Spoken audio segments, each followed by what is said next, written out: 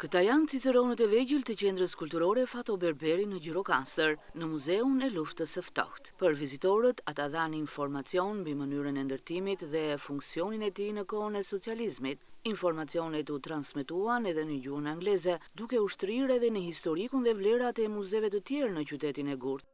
Ndërtimi i qytetit është shumë më i hershëm, është ngritur në shpatin e malit të gjerë, dhe kjo e bën edhe më të veçantë këtë qytet. This museum was built in the early 70s and construction work lasted about 15 years.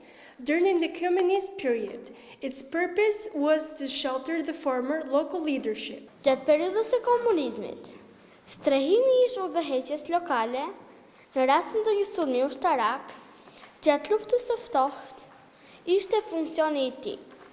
Për këtë arsye, 3 nga hyrjet e tij ndodhen pranë godinës së ish komunitetit.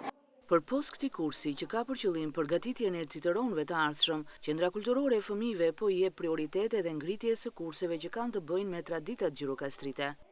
Ne kemi rrethin e ciceronëve të vegjël, do shoqërojnë guida turistike në gjuhën shqip dhe anglisht në muzeet e ndryshëm të qytetit, duke përfshirë edhe Muzeun e Luftës së Ftohtë. Rrethi i ciceronëve të vegjël funksionon pranë qendrës kulturore të fëmijëve si një element i veçantë ku fëmijët e shkollave 9-vjeçare trajnohen në mënyrë për shoqërimin e guidave turistike, kuptohet gjithmonë në lidhje me botën e tyre fëminore. Ne kemi rrethin e qëndisjes, kemi rrethin e këngës polifonike, të cilët përcjellin këto tradita, promovojnë këto tradita dhe aq më tepër i transmetojnë tek brezat e rinj. Qendra Kulturore Fato Berberi vazhdimisht zhvillon aktivitete në promovimin e traditave të pasura të Gjirokastrës dhe transmetimin e tyre te brezat e rinj.